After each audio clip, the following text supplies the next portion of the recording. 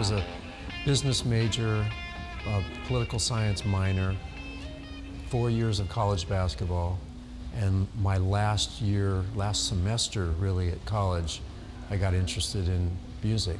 I mean, I had always been interested in music, but I started playing with some friends. And the bug bit me, and it wasn't long before I was touring. Because your dad was a DJ in Alaska. Who were you inspired by? Oh, well, all the stuff that all the kids were listening to at the time. Led Zeppelin, Rolling Stones, the Beatles, all that kind of stuff. But my dad would hear that music, my mom and dad would hear that music and say, Rick, that sounds like a Chuck Berry riff. That sounds like Muddy Waters.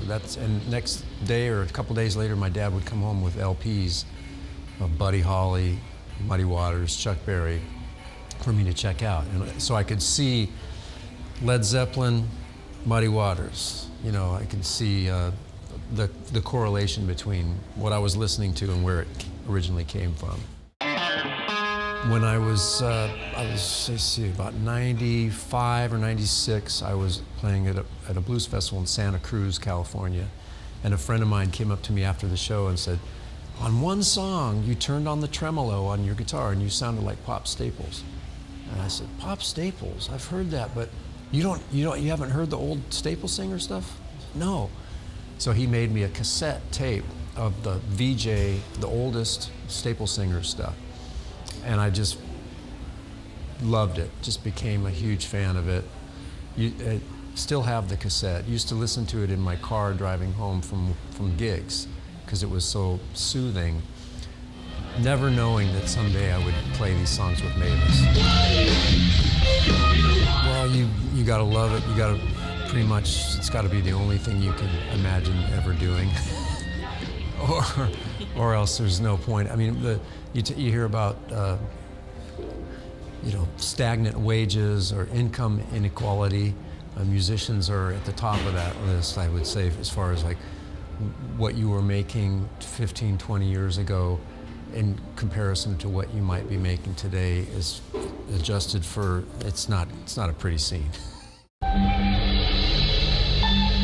So you gotta really love playing and singing and doing your thing in music to want to enter into a career in it. I mean, my daughter, she plays various instruments, and a part of me hopes that she falls in love with something else, because it's not an easy life. You know, if you decide to do this, it's not normal. I wonder every day about what I'll be doing once, if I'm not playing with Mavis anymore for whatever reason. Am I going to be at Trader Joe's stocking groceries? That's a lot of times. That's what. I think that's a good job. I think I could do that. Part of me kind of looks forward to it, to staying home. I mean, I love the fact that we're working so much. We're very fortunate, and playing music, which is what I love. But being gone from my family, my young daughters like that, is tough. And I hate to be a downer on that last question, but I had to tell the truth.